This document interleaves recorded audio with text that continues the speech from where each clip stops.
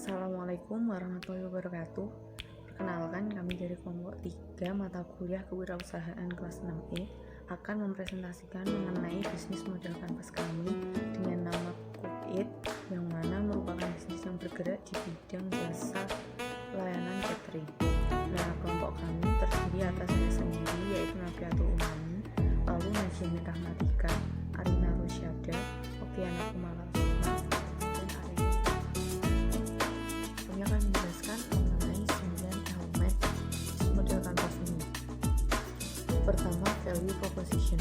Value proposition atau proposisi nilai konsumen merupakan suatu hal yang berkaitan mengenai produk yang ditawarkan beserta keunggulan-keunggulannya.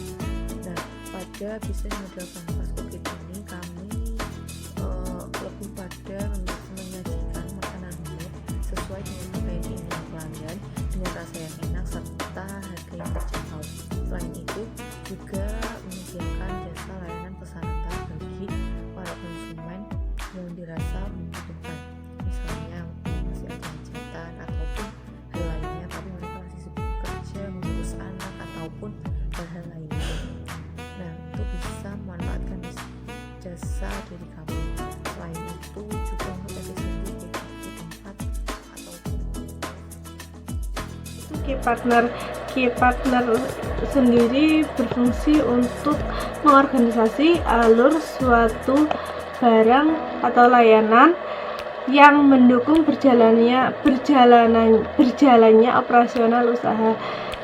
Nah, dalam key partner ini juga mempunyai manfaat, yaitu untuk efisiensi dan efektivitas dari key activities yang telah dibuat. Nah, kali ini key partner kita ya ada 5 partner. Yang pertama yaitu toko daging, yang kedua yaitu toko sayur ibu, yang ketiga yaitu rumah potong ayam, yang keempat toko kelontong, dan yang kelima percetakan. Selanjutnya yaitu key activities atau aktivitas yang dijalankan.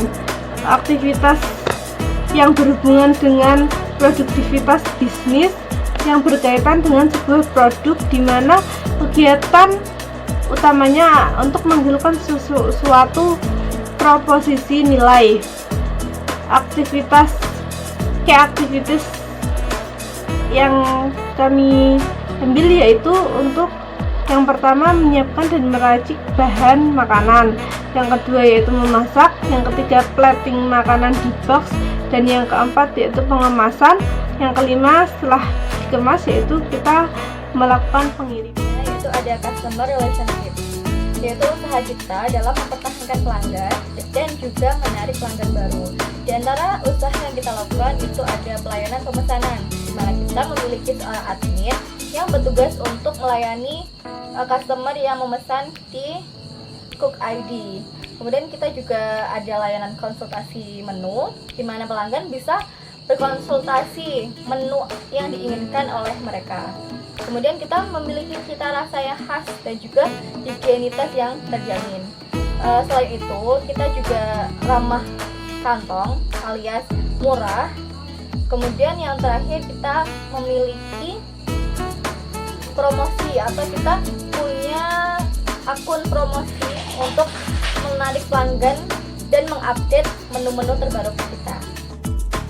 Selanjutnya itu ada key research, itu yang kita butuhkan untuk membangun bisnis kita. Itu ada karyawan tentunya, ruang dapur yang higienis, peralatan memasak, bahan masakan, packaging, tempat packaging, dan terakhir ada tempat final. Tempat final di sini yaitu setelah makanan itu di packaging dengan rapi, kita pindahkan ke tempat final, di mana di situ kita plotkan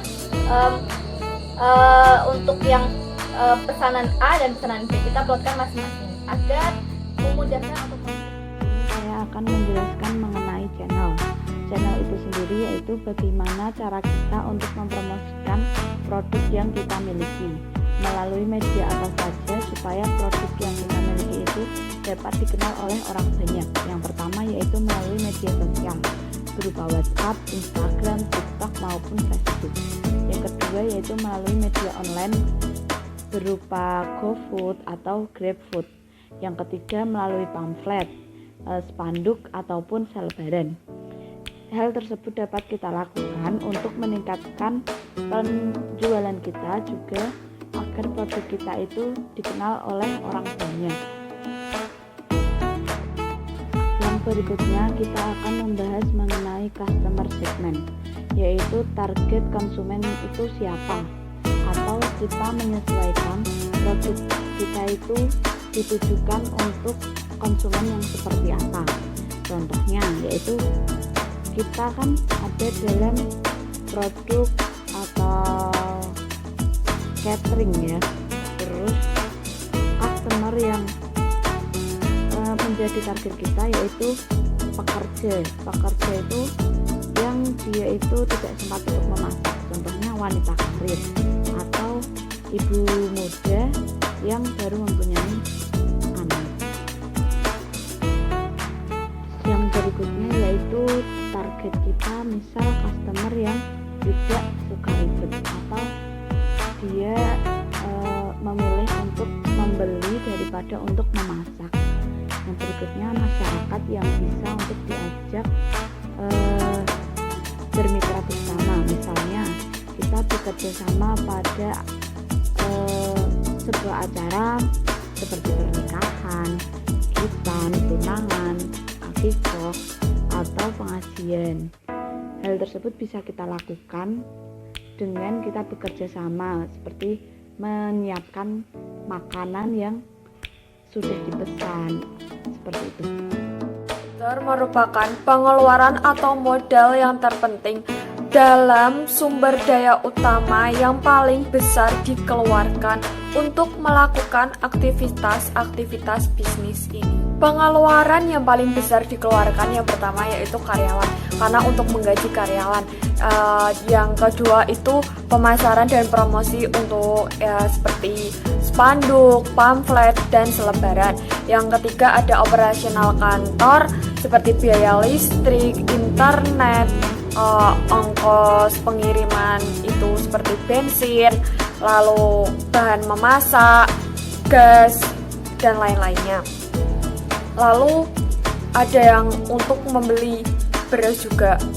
Dan yang terakhir itu ada percetakan. Nah, percetakan itu untuk mencetak buku, untuk menulis pesanan, nota, kartu nama, plastik, dan untuk tempat packing makanan seperti box atau dus, plastik kemasan, paper bag, kotak makanan, paper bowl, mika bento, dan kemasan snack. Lalu untuk mencetak label tulis. Elemen yang terakhir yaitu revenue stream. Revenue stream merupakan cara memperoleh pemasukan atau sumber pendapatan dari bisnis ini. Elemen ini untuk menilai ketersediaannya pelanggan dalam membayar dan pelanggan membayar apa saja. Lalu menjelaskan cara pembayarannya itu bagaimana dan pembayaran apa yang paling disukai pelanggan. Jadi, customer atau pelanggan bisa membayar melalui cash, datang ke toko, dan bisa melalui transfer lewat m-banking ataupun ke bank.